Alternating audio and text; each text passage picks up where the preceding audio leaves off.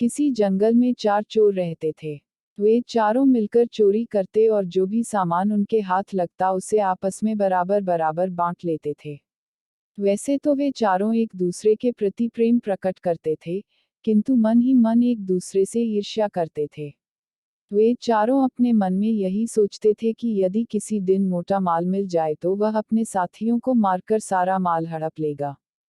चारों चोर मौके की तलाश में थे, किंतु उन्हें ऐसा मौका अभी तक नहीं मिला था।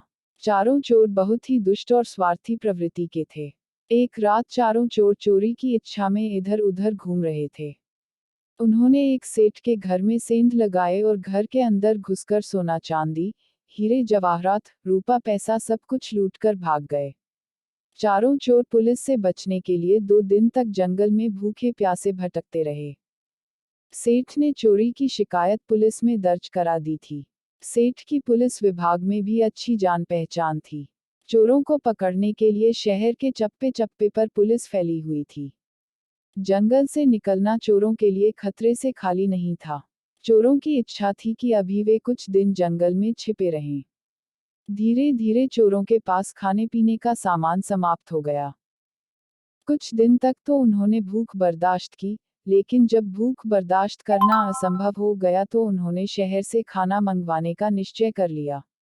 आपस में सलाह करके 2 चोर शहर चले गए ताकि वहां की स्थिति का पता लगा सकें और अपने साथियों के लिए भोजन भी ले आएं। उन्होंने शहर जाकर भरपेट खाना खाया और खूब शराब पी।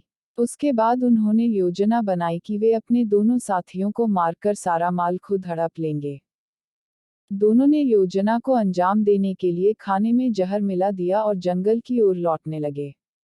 दोनों चोर अपने अपने मन में यही सोच रहे थे कि खाना खाकर जब वे दोनों मर जाएंगे तो मैं इसे भी मार दूंगा और सारा माल हड़प कर अमीर बन जाऊंगा। उधर जंगल में उन दोनों चोरों ने खाना लेने गए हुए साथियों को मारने की योजना बना ली। वे भी उन्हें मारकर सारा धन हड़प लेना चाहते थे।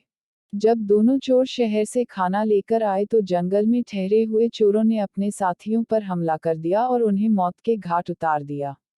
अपने साथियों की हत्या करके वे दोनों चोर आराम से खाना खाने बैठ गए।